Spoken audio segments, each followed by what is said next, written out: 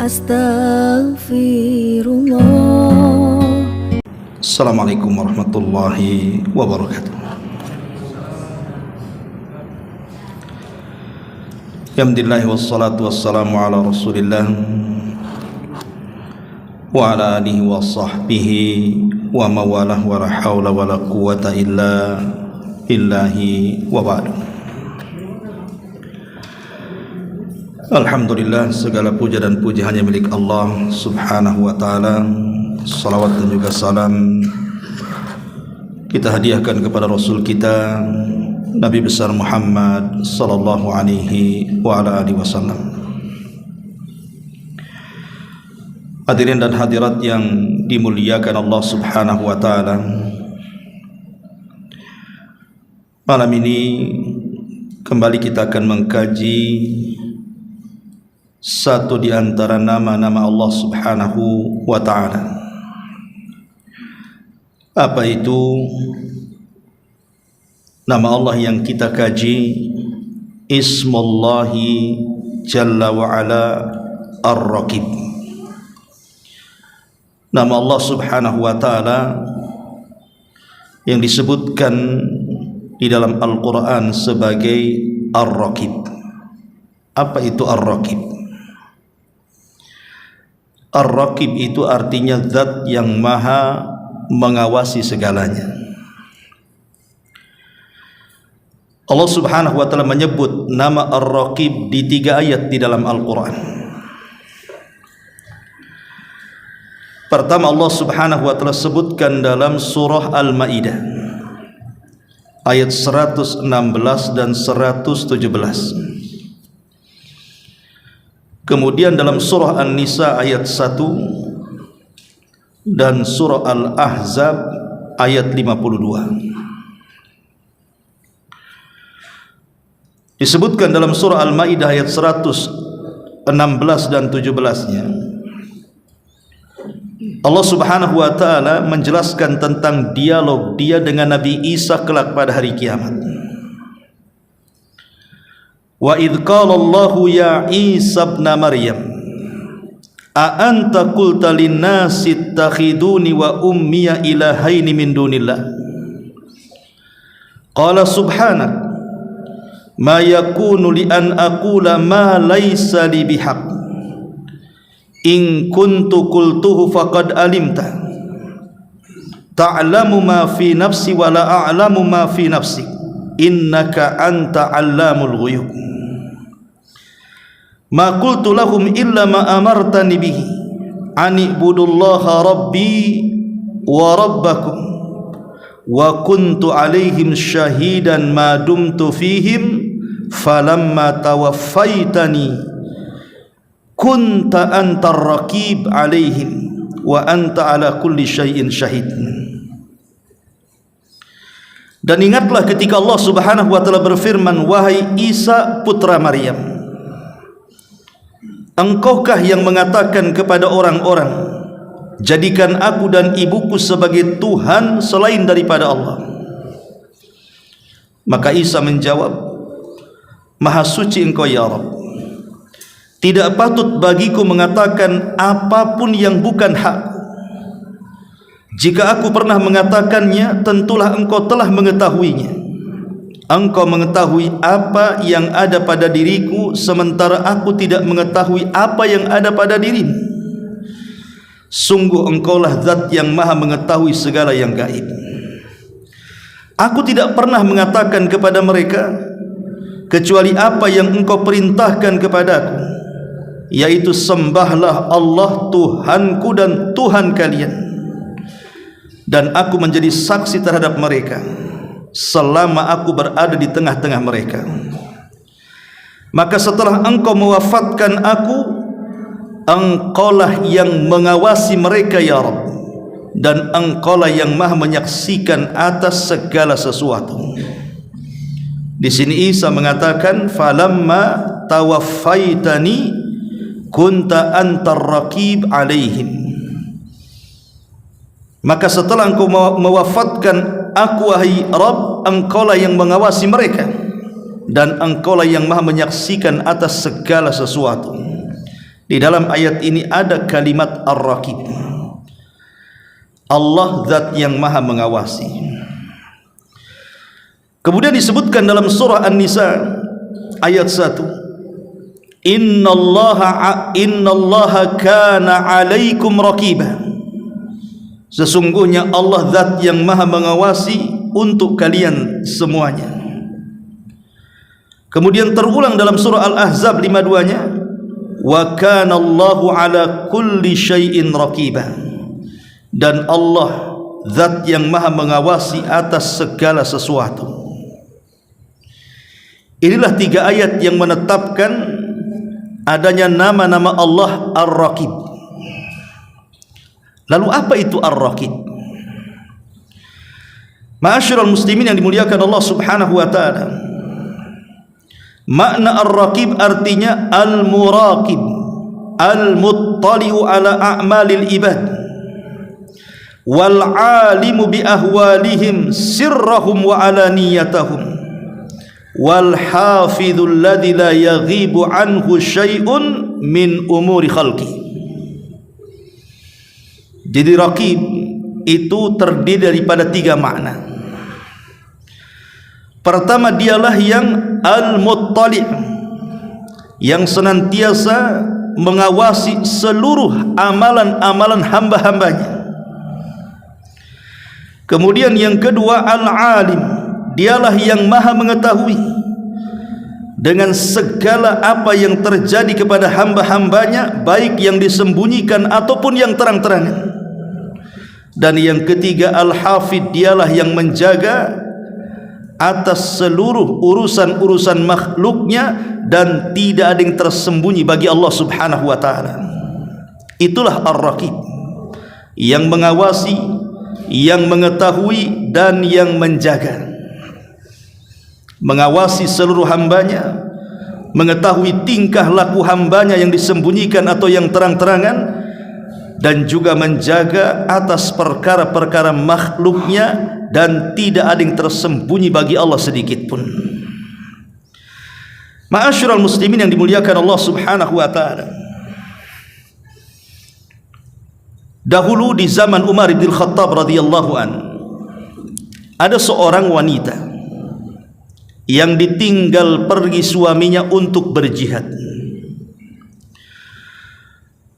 Yang sangat disayangkan, suaminya ini tak pulang-pulang, berbulan-bulan berjihad dan tidak pernah pulang.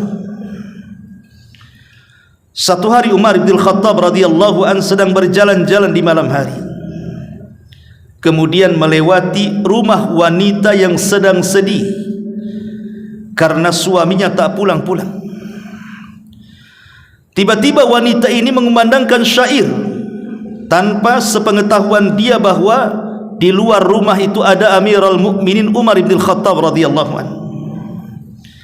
Salah satu bait syair yang dilantunkan oleh wanita ini, dia mengatakan, fa wallahi laulallahu rabban uraqibuhu la harraka min hadas sariri jawanibahu. Demi Allah, kalaulah Allah Subhanahu wa taala yang merupakan Rabb yang senantiasa mengawasiku, tentu akan bergerak ranjang ini dari semua sisinya.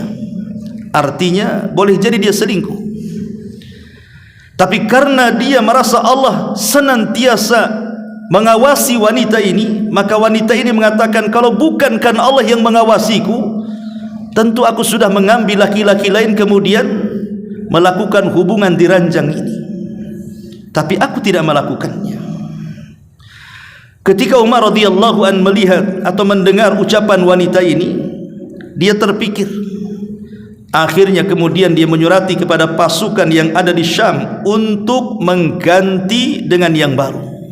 Maka ditetapkan setiap 4 bulan harus ada penukaran tentara. Syahidnya di sini, bagaimana wanita ini mengajarkan kepada kita Ar-Raqib, bahwa walaupun tidak ada yang melihat dirinya, dia bisa saja selingkuh dengan laki-laki lain, tetapi karena dia yakin Allah itu Ar-Raqib, zat yang senantiasa mengawasinya, maka dia berupaya untuk tidak bermaksiat kepada Allah Subhanahu wa taala. Itulah yang menjadikan Nabi Yusuf alaihi salatu wasalam selamat dari godaan seorang imra'atu aziz, Zulaikha.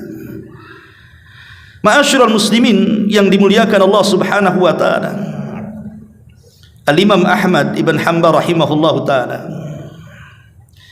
kana yuhadditsun nasa yawman.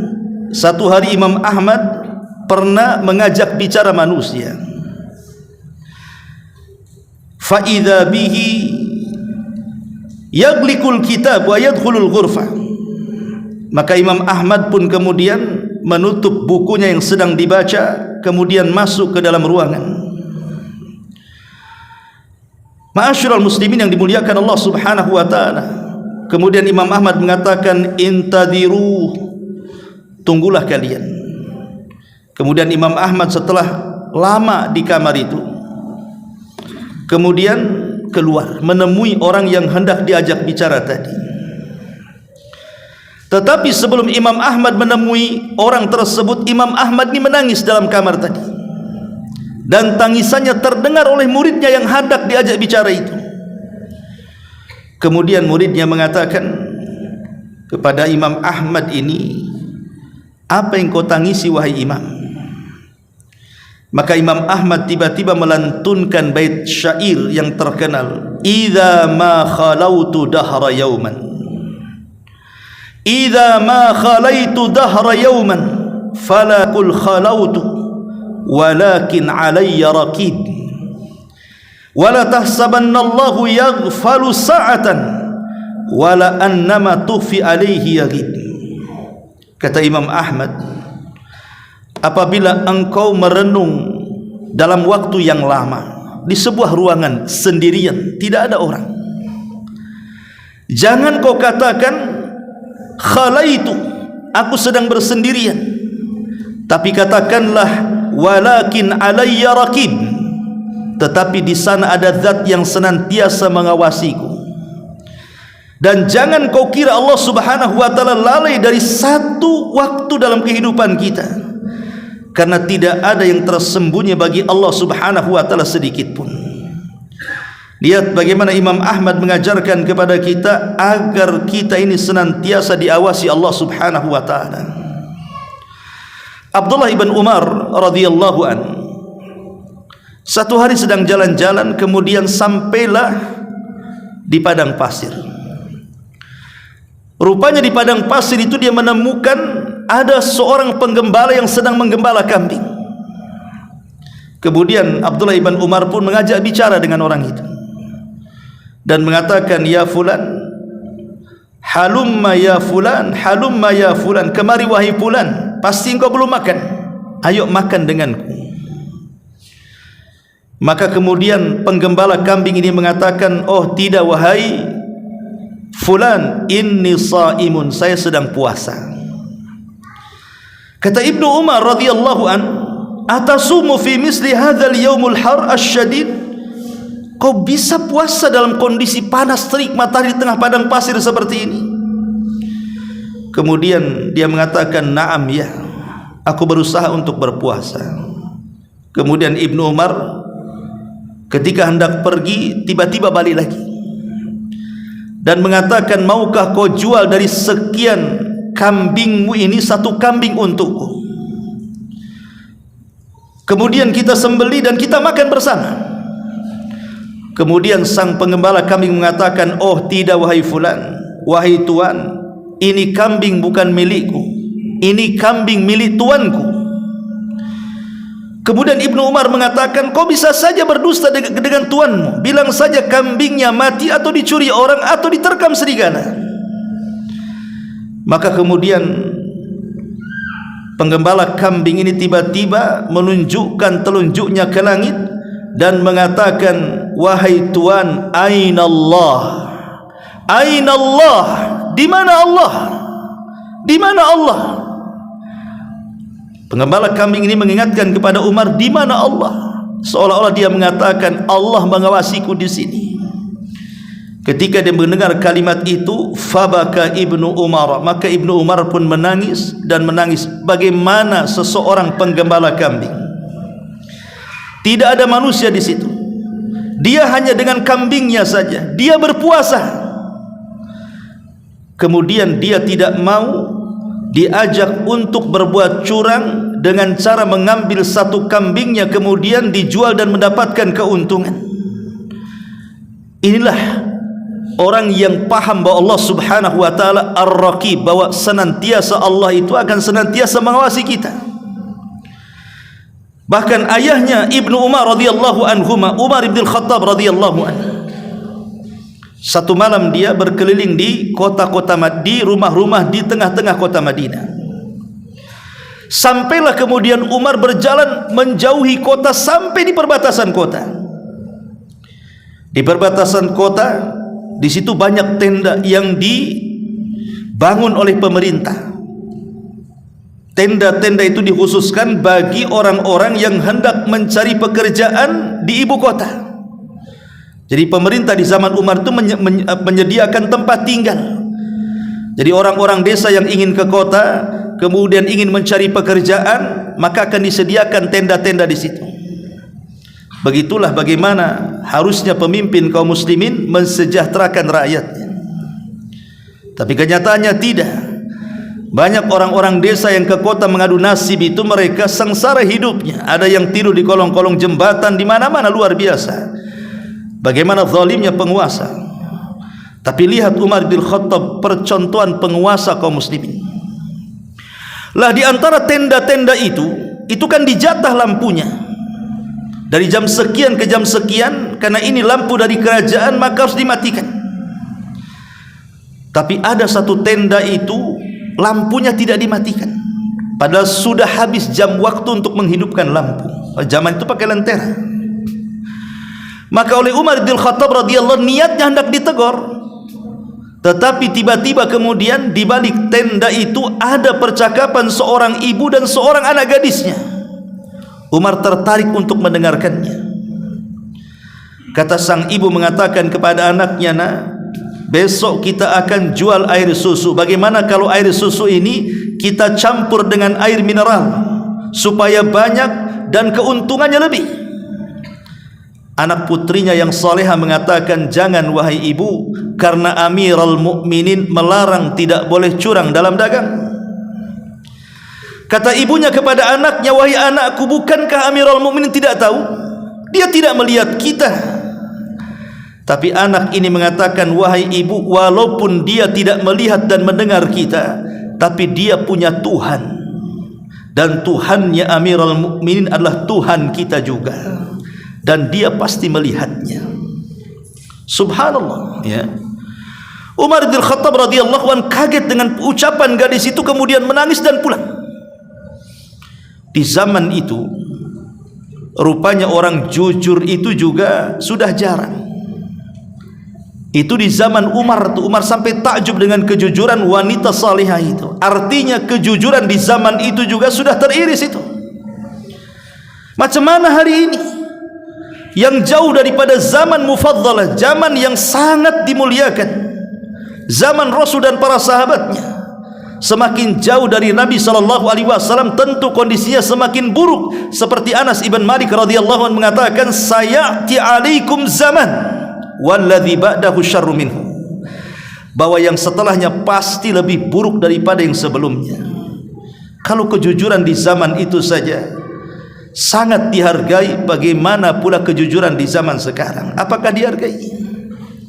Maka Umar pulang, kemudian mengumpulkan seluruh anak-anak laki-lakinya yang sudah beranjak pemuda. Di situ ada Ibnu Umar, di situ ada Asim Ibnu Umar dan beberapa putra-putra Umar. Maka Umar menawarkan kepada Asim putra Umar, "Wahai Asim, siapkah kau menikah?" Kata Asim, "Siap wahai abi." "Kalau begitu temuilah gadis di tenda ini dan itu." Lamarlah gadis itu. Akhirnya kemudian Asim ibn Umar radhiyallahu an mengikuti apa yang diperintahkan ayahnya. Dicarinya tuh gadis dalam tenda itu. Akhirnya kemudian dilamar. Bayangkan gadis desa yang tidak tahu apa-apa, hanya mengandalkan kejujuran dan menganggap bahwa dirinya diawasi Allah, yakin bahwa Allah itu Ar-Raqib, tiba-tiba menikah dengan anak orang nomor 1 di zaman itu, Asim putra Umar radhiyallahu anhu. Dari pernikahan wanita jujur ini yang senantiasa diawasi oleh Allah Subhanahu wa taala, merasa diawasi Allah, akhirnya lahirlah seorang putri namanya Laila. Dari putrinya namanya Laila inilah lahir manusia fenomenal, Umar bin Abdul Aziz rahimahullahu taala, yang ketika berkuasa 2 tahun tidak ada rakyat yang miskin. Lihat bagaimana buah daripada mengimani nama Allah Ar-Raqib menjadikan keluarga berkah. Ma'asyiral muslimin yang dimuliakan Allah Subhanahu wa taala, di zaman Nabi sallallahu alaihi wasallam ada seorang sahabat namanya Bashir ibn Sa'ad. Bashir ibnu Sa'din, ayahanda daripada Nu'man ibn Bashir. Kalau anda belajar kitab Arba'in Nawawi, ada hadis yang mengatakan al-halalu bayyinun wal haramu bayyinun wa bainahuma umur mushtabihat. Yang halal jelas, yang haram jelas, yang tidak jelas itulah yang syubhat. Lah perawinya namanya Nu'man ibn Bashir, putra daripada Bashir ibn Sa'din yang kita ceritakan di sini. Jadi Bashir ibn Sa'd ini dia punya istri 2. Lah Nu'man ini dia anak dari istri keduanya. Entah kenapa kemudian dia sayang dengan Nu'man, anak dari istri keduanya ini.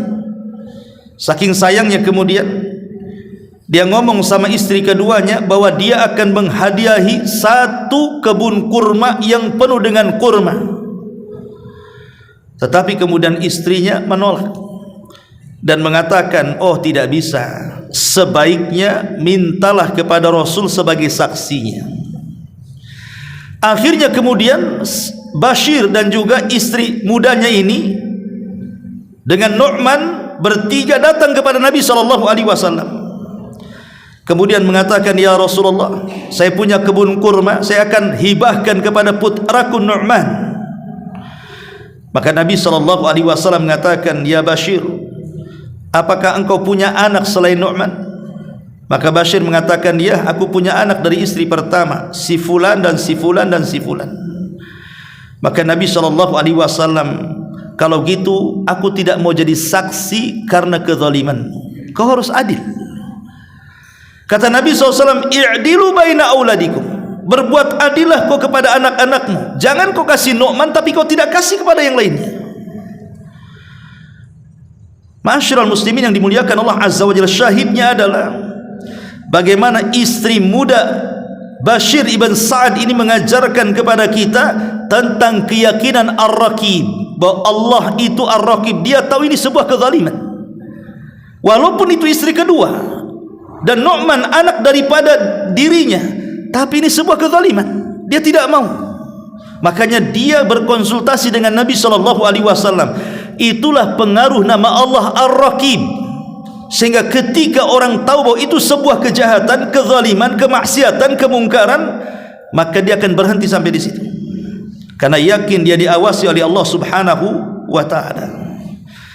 Ma'asyiral muslimin yang dimuliakan Allah Subhanahu wa taala, bahkan seorang syekh bercerita, ada seorang laki-laki menikah dengan istri kedua tanpa sepengetahuan istri pertama. Akhirnya kemudian ketahuan oleh istri pertama bahwa suaminya punya istri kedua, tapi dia diam-diam saja seolah-olah tidak tahu kalau suaminya menikah lagi. Istri antum kayak gitu enggak? Dia sabar saja, pokoknya bermuamalah dengan suaminya biasa-biasa saja. Kalau itu terjadi sama antum, dilabrak lah antum. Istri-istrinya pun dilabrak. Tapi ini wanita salihah. Wanita salihah, suaminya tahu menikah lagi pada sembunyi-sembunyi, dia tetap sabar, seolah-olah tidak tahu menau dengan suaminya, seolah-olah itu suaminya satu-satunya, dan tidak menikah dengan orang lain. Sampai pada waktunya suaminya kemudian sakit dan meninggal. dan dia meninggalkan harta banyak. Istri pertama tahu bahwa suami punya istri kedua dan istri kedua berhak mendapatkan warisan. Akhirnya kemudian dia jual semua hartanya, kemudian dibagi warisan itu, dia cari itu istri keduanya, padahal belum pernah melihat dan belum pernah tahu siapa orangnya. Akhirnya kemudian kelacak, tiba-tiba setelah ketemu dia mengatakan, ini uang warisan daripada suamiku dan suamimu, katanya, ambillah, katanya. Tiba-tiba kata istri kedua, oh tidak, aku tidak mau dengan harta itu. Kata istri pertama, ambil. Dia mengatakan, tidak, aku tidak mau. Kenapa kau tak mau? Baru dia cerita, karena suamimu sebelum meninggal dia menceraikan aku, artinya aku tidak dapat warisan. Lihat bagaimana dua wanita ini dua-duanya salehah. Yang satu tahu bahwa ini ada bagian yang lainnya dan Allah melihatnya, makanya ia ingin berbagi karena itu harta orang. Yang satu mengatakan jujur, padahal kalau dia mengatakan sini kemari tidak akan curiga, kan begitu. Tapi dia pun tahu bahwa ini bukan haknya karena suaminya sudah menceraikan dia sebelum dia mati. Itulah makna ar-raqib artinya. Ada di zaman sekarang yang seperti nggak ada, yang ada tipu-tipu orang. Ya.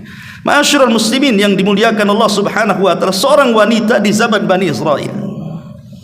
Seorang wanita di zaman Bani Israel disebutkan di sini. Qissatu imra'atin kanat min baghaya Bani Israel. Seorang wanita ini wanita pelacur, wanita nakal dari wanita-wanita nakal di zaman Bani Israel.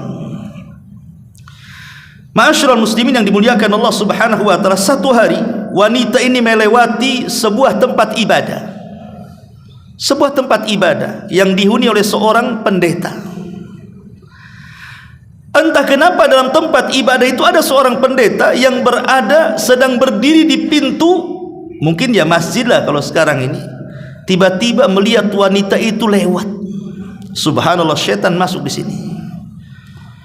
Tiba-tiba diperhatikan terus wanita itu. Entah kenapa suka pula dengan parasnya yang cantik itu. Ditambah-tambah tiba-tiba wanita ini berhenti, kemudian melontarkan senyum, kemudian ngajak bicara pula. Itu namanya gayung bersambut tuh namanya. Akhirnya kemudian dikasih alamatnya, saya tinggal di sini. Entah kenapa kemudian laki-laki ini tanpa sadar mengatakan, kalau aku mau dengan kamu, kira-kira berapa bayarannya? Langsung to the point, transaksi. Dia mengatakan bimi'ati dinar, kau harus menyediakan 100 dinar, katanya. Dinar banyak, emas, kalau dirham kan perak, ya. Akhirnya kemudian entah setan apa yang merasuk kepada seorang pendeta ini, dia berusaha untuk mencari uang 100 dinar itu. Tapi subhanallah, Allah kabulkan, dapat pula uang 100 dinar itu. Terkadang hasrat maksiat itu ditolong oleh Allah, dicarikan pula dananya. Ini ujian bagi orang-orang saleh, ya. Akhirnya kemudian dicarilah wanita itu, setelah dapat uang 100 dinar, kemudian ketemu rumahnya. Kemudian dia mengatakan, dulu kau berjanji bayaranmu adalah 100 dinar, aku sudah punya uang 100 dinar. Kemudian diserahkan uang itu. Setelah kemudian diserahkan, akhirnya wanita itu berdandan, kemudian duduk, kemudian memanggil pendeta itu, kemarilah kalau engkau ingin berzina denganku. Tiba-tiba kemudian entah apa yang menyadarkan laki-laki ini, tiba-tiba bergetar semua badannya karena tidak pernah melakukannya. Ini baru pertama, ya. Tiba-tiba kemudian wanita ini bertanya, kenapa dengan dirimu? Maka dia mengatakan, demi Allah, rasanya aku tidak bisa melakukannya. Kata wanita ini, kan tidak ada yang melihat. Kau lihat tidak ada yang melihat, tidak ada di kiri, di kanan, di depan, belakang, nggak ada yang melihat. Sampai paling bintang-bintang yang ada di langit. Tetapi kemudian pendeta ini mengatakan, ya memang banyak bintang di langit, tapi di atas bintang itu ada pencipta bintang. Tiba-tiba dia menangis. Kemudian dia pun terdiam dan hampir pergi. Wanita ini mengatakan, bagaimana kalau seandainya kau nikahi aku aja? Kalau kau tidak mau berzina denganku, nikahi aku, katanya. Dia mengatakan, la, tidak. Kemudian dia langsung pergi dan mengatakan, ambillah 100 dinar dan jangan pernah datang lagi ke tempat ibadahku. Subhanallah. Ya. Lihat bagaimana orang-orang dulu di zaman Bani Israel pun mengajarkan sebuah nama Allah Ar-Raqib yang selalu mengawasinya. Kalau terjadi kepada kita, tidak ada ceritanya itu, pasti berzina. Ya. Ma'asyiral muslimin yang dimuliakan Allah Subhanahu wa taala, lah dari kisah-kisah yang sudah kita kisahkan di sini, maka teranglah bagi kita apa makna Ar-Raqib. Lalu setelah kita tahu makna Ar-Raqib dan kisah-kisah tentang di balik makna Ar-Raqib ini, lalu apa faedahnya? Apa sih manfaatnya kita ini mengetahui bahwa Allah itu Ar-Raqib, yang zat yang mengawasi itu? Karena kalau kita ini mempelajari nama dari nama-nama Allah Subhanahu wa taala, yang penting itu adalah athar imaniyahnya. Apa sih pengaruh keimanannya? Karena nama-nama Allah itu bukan hanya sekedar dibaca dan dihafal. Sebagaimana sekarang ma'ruf dilagukan nama-nama Allah itu, sampai kemudian banyak orang yang melagukan, terutama ibu-ibu lah kan itu, dengan lagu-lagu mereka itu. Apakah sebatas itu? Tidak. Kalau dia tidak paham maknanya, tidak ada pengaruh dalam kehidupannya. Makanya mempelajari nama-nama Allah dan sifat-sifatnya itu harus ada asar imaniyahnya. Inilah yang kita akan pelajari, apa pengaruh keimanannya. Ya. Yang pertama, ma'asyiral muslimin yang dimuliakan Allah Subhanahu wa taala, ketika kita mengimani Ar-Raqib, maka taj'al al-muslim yasilu ila darajatil ihsan. Kalau kita meyakini bahwa Allah itu zat yang mengawasi kita, maka kita akan sampai kepada derajat al-ihsan. Apa itu ihsan? Satu hari Jibril datang kepada Nabi SAW dengan tanpa memakai imamahnya. Rambutnya nampak hitam, kemudian pakaian nampak bersih, tak ada pula lah bekas-bekas safar. Masalahnya kalau dia orang jauh, mestilah lusuh, karena berjalan di padang pasir itu pasti minimal ada debu yang menempel di bajunya. Tak ada debu pula lah di baju itu. Kalau memang dia dekat atau orang-orang yang berada di sekitar, tak ada yang kenal pula. Jibril ini tasyakkul, menyerupai seorang anak muda tampan, tapi tidak ada yang kenal. Dan Nabi SAW sedang menyampaikan ilmu, bermajelis ta'lim seperti ini. Tiba-tiba masuk, langsung mendatangi Rasul, kemudian duduk di hadapan Rasul, lututnya kemudian disatukan dengan lutut Rasul dan tangannya diletakkan di paha Rasul. Tiba-tiba bertanya soal macam-macam. Ya Muhammad, apa itu Islam? Ya Muhammad, apa itu iman? Ya Muhammad, apa itu ihsan? Maka Rasul menjawab, apa itu Islam, apa itu iman, dan apa itu ihsan? Kata Rasul, an ta'budallaha ka'annaka tarah, fa illam takun tarahu fa innahu yarah. Ihsan itu adalah engkau beribadah seolah-olah engkau melihat Allah. Kalau engkau tidak bisa meyakini seperti itu, yakinilah pasti Allah melihat kamu. Itulah ihsan. Ya. Karena begini ikhwatu fillah muliakan Allah Subhanahu wa taala, beriman dengan nama Allah itu bukan sekedar beriman kepada wujudnya, tapi kemahaan Allah juga harus kita imani. Maksud saya begini, terkadang semua orang yakin dan percaya bahwa Allah Subhanahu wa taala Ar-Raqib, zat yang maha mengawasi hamba-hambanya. Tapi tidak semua orang yakin dan percaya ketika dia meyakini bahwa Allah itu Ar-Raqib, zat yang maha mengawasi, dalam kehidupannya merasa diawasi Allah. Itu masalahnya. Sebagaimana semua orang yakin dan percaya bahwa Allah itu maha melihat. Semua orang yakin dan percaya Allah maha melihat. Tidak ada orang yang mengatakan Allah itu buta.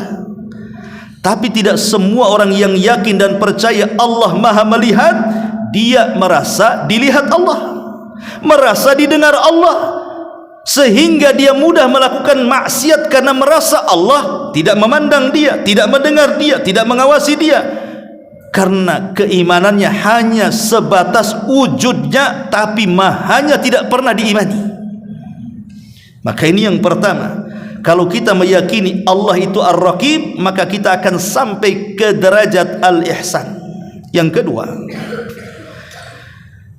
Raqib, kalau kita memahami makna Ar-Raqib, tadman lil muslim ridallahi ta'ala anhu fid dunya wa dukhulal jannah yaumal qiyamah.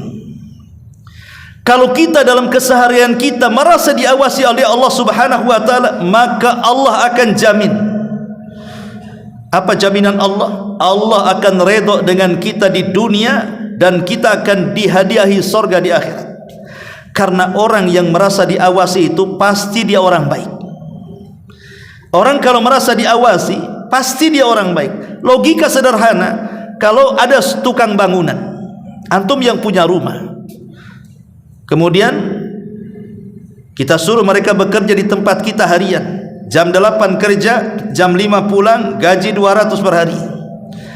Kemudian ketika dia bekerja, antum tongkrongi saja dari pagi sampai sore, nggak pernah ngantuk, melek aja, nengokin aja.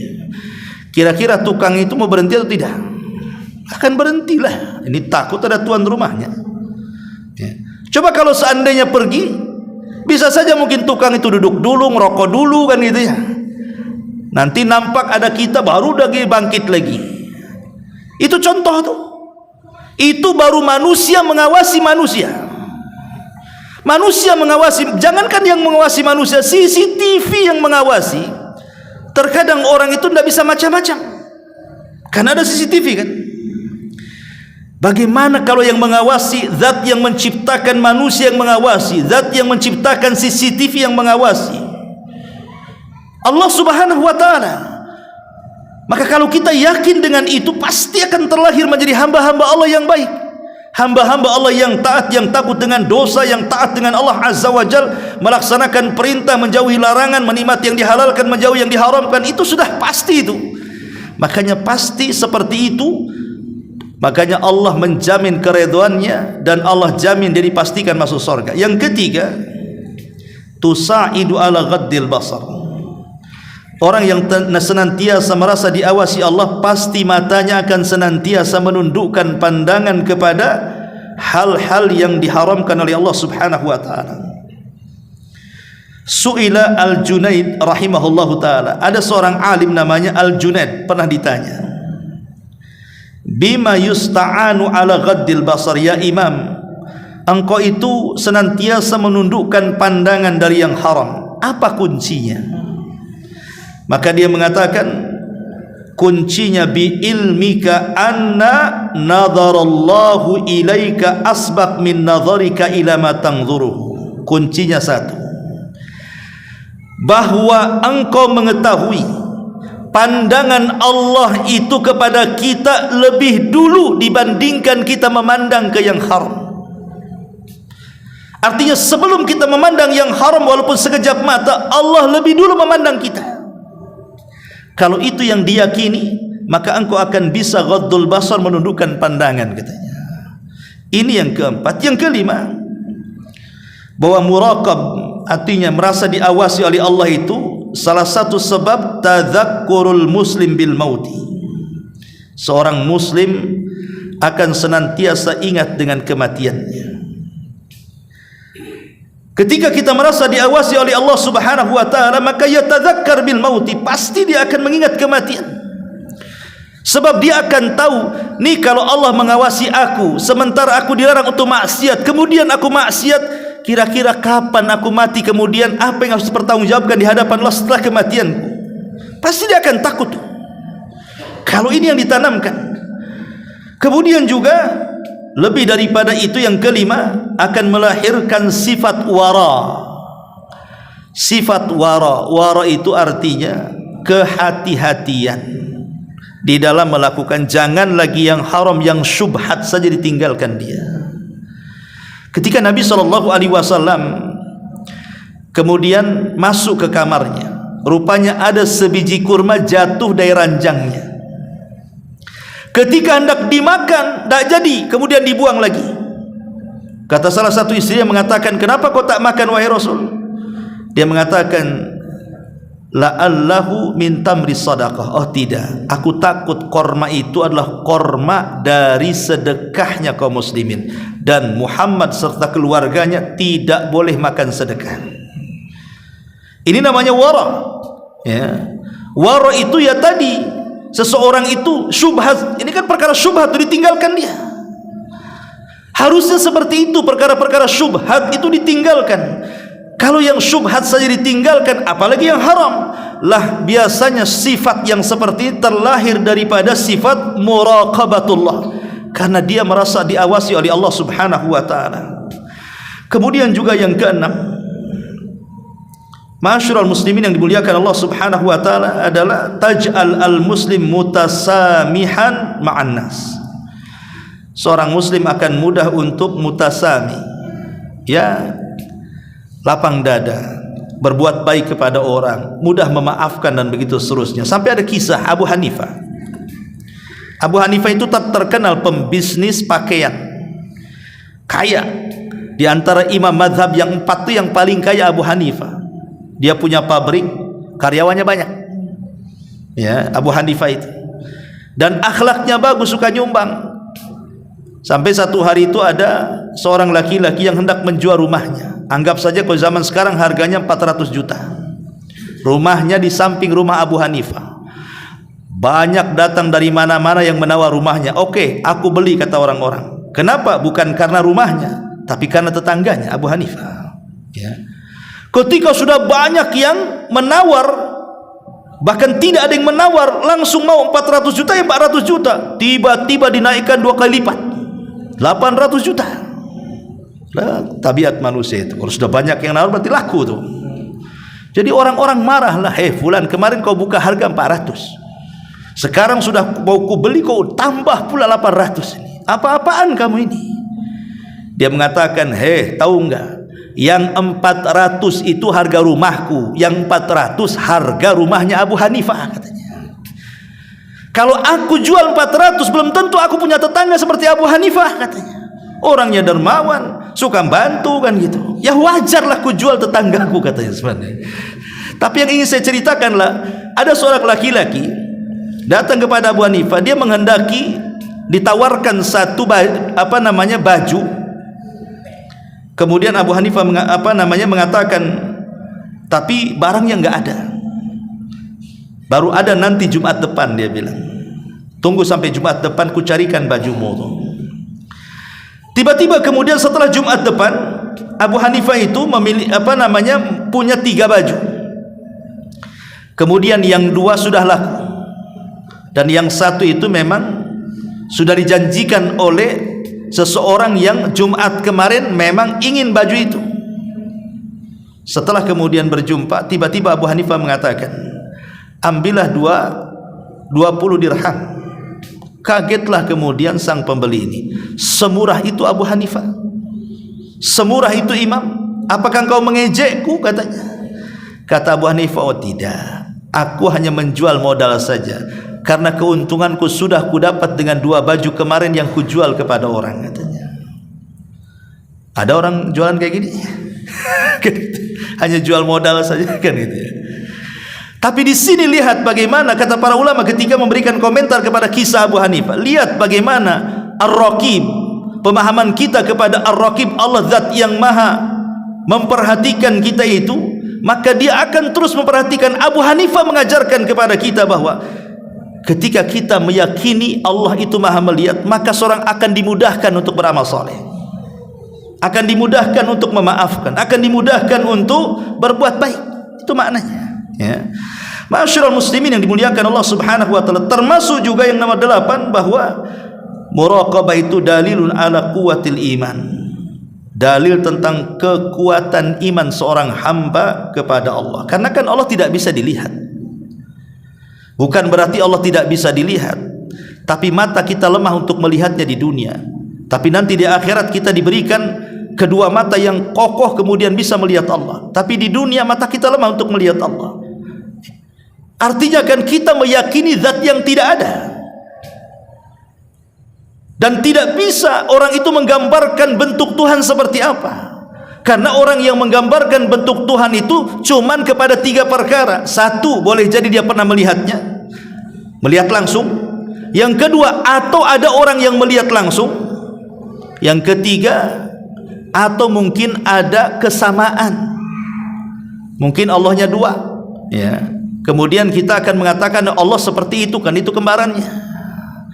Selain 3 perkara ini tidak bisa menggambarkan Allah. Pertama, yang melihat langsung. Siapa di antara kita yang melihat langsung? Tidak ada. Yang kedua, atau orang yang pernah melihat langsung? Tidak ada juga. Atau mungkin dia punya kembaran? Tidak ada juga. Jadi memungkinkan kita ini mengetahui Allah itu dari orang yang diutus oleh Allah Subhanahu wa taala yang menjelaskan siapa Tuhan kita. Itulah Nabi sallallahu alaihi wasallam.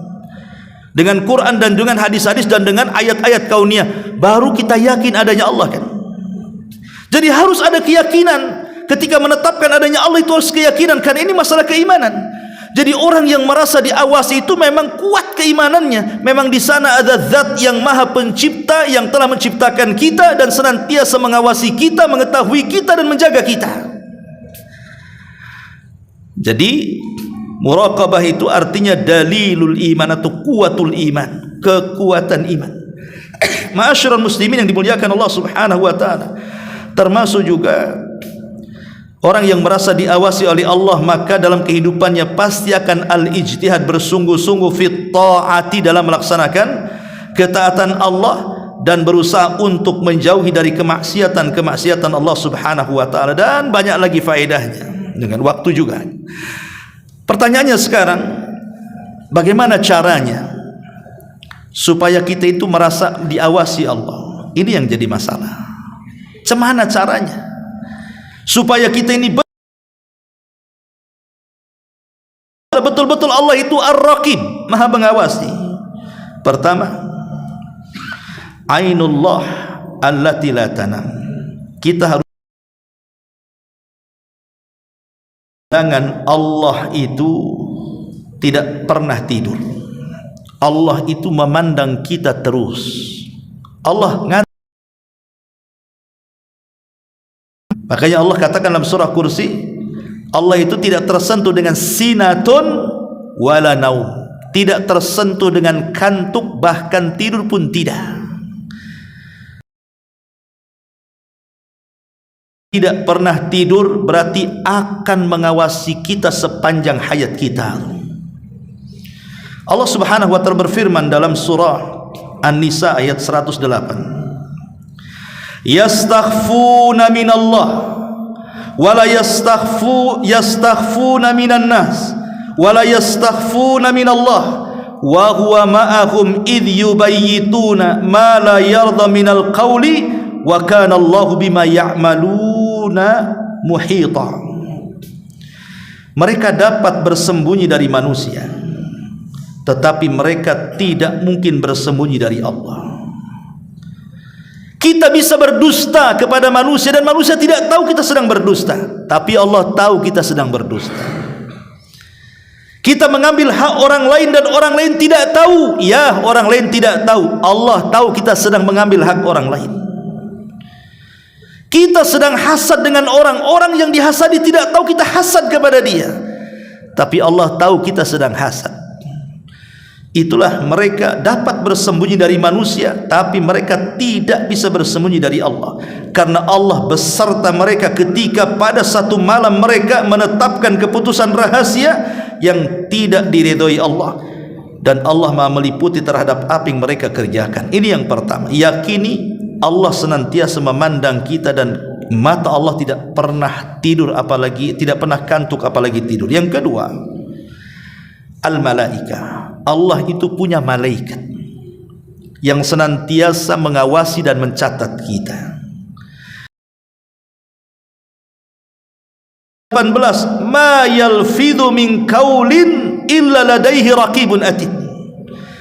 Tidaklah satu ucapan yang diucapkan manusia kecuali ada yang catat, namanya raqib dan atid. Kata para ulama, baik ucapan kita yang mengandung pahala 100% dicatat oleh malaikat, baik ucapan kita yang mengandung dosa 100% dicatat malaikat, baik perkataan kita yang tidak mengandung pahala dan dosa pun tetap dicatat. Tidak ada kalimat kecuali dicatat, sampai kepada kalimat aduh saat sakit itu pun dicatat.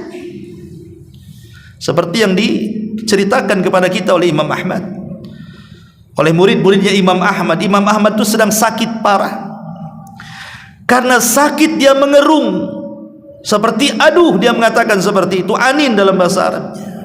Maka muridnya mengingatkan, ya Imam, innal anina kalimatun wal kalimatu tuktab. Hei Imam, kalimat aduh itu sebuah kalimat dan kalimat itu akan dicatat oleh malaikat. Langsung Imam Ahmad terdiam sampai meninggal, padahal dia sedang sakit. Wajar orang sakit mengatakan aduh, tapi karena takut dicatat oleh raqib dan atid, diam dia.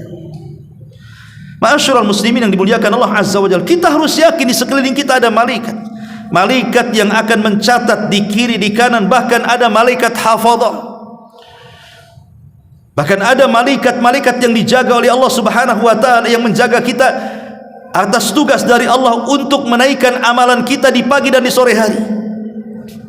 Maka kita harus yakin, supaya yakin kita mengawasi kita. Ingat, bukan hanya Allah yang mengawasi kita, Allah sebar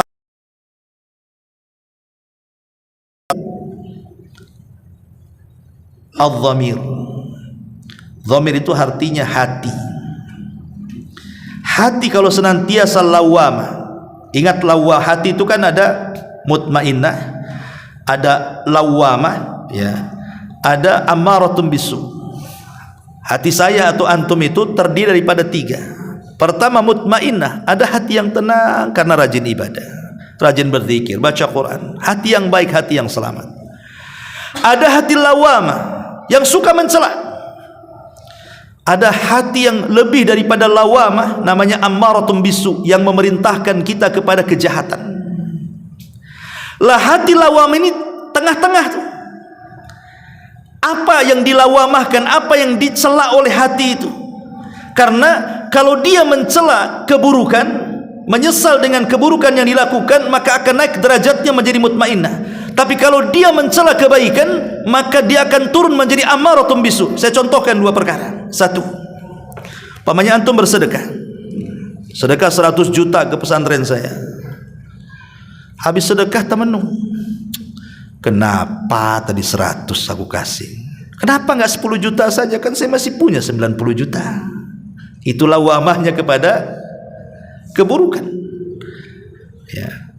Karena dia menyesal dari perbuatan baik tuh.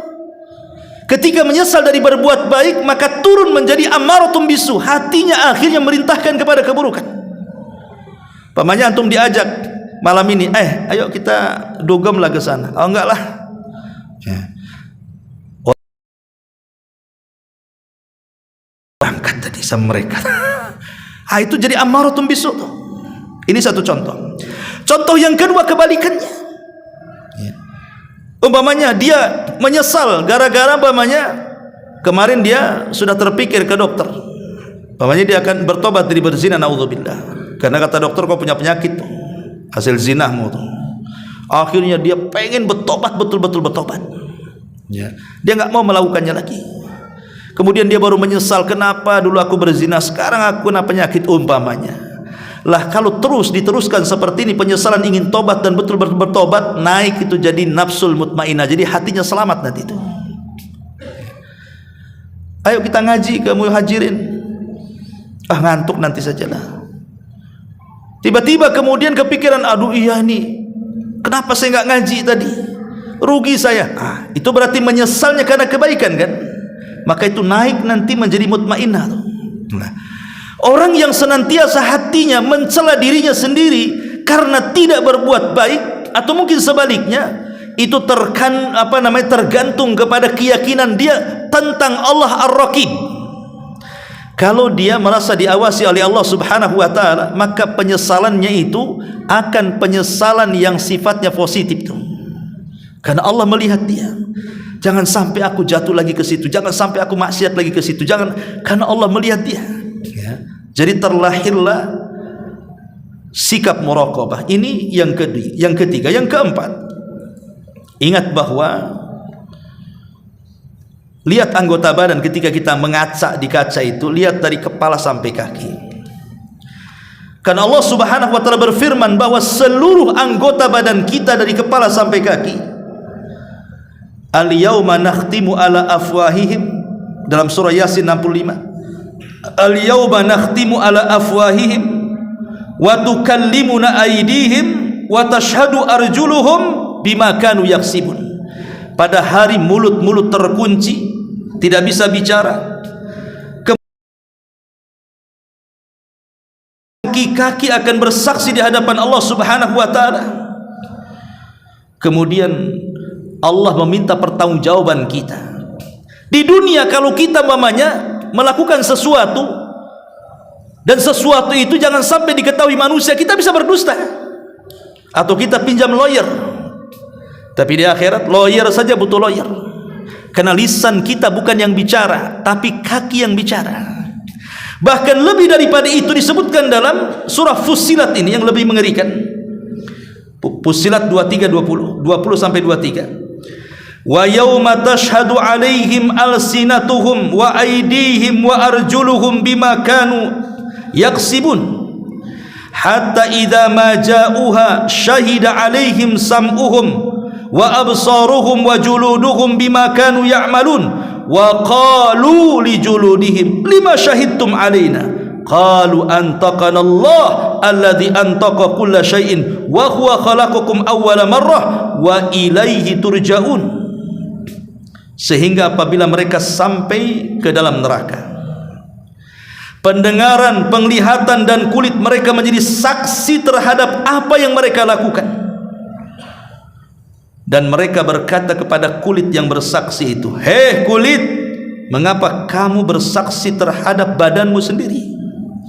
Maka kulit mengatakan, "Yang menjadikan kami bicara adalah Allah. Allah yang membuat kami bicara, yang juga menjadikan segala sesuatu dapat bicara, dan dialah yang menciptakan kamu yang pertama kali, dan hanya kepadanya kamu akan dikembalikan." Jadi kalau kita melihat, merenungkan nanti pada hari kiamat bahwa badan kita akan bersaksi, mungkin di dunia tidak akan bersaksi karena tidak bisa bicara kan itu. Pamannya ada orang maling ketangkap, kau maling ya? Tidak, ya sudah selesai. Tapi di akhirat kau maling, nggak bisa ngomong, nanti tangan yang ngomong, iya saya maling, saya saksinya. Cemana pertanggungjawaban kita di hadapan Allah?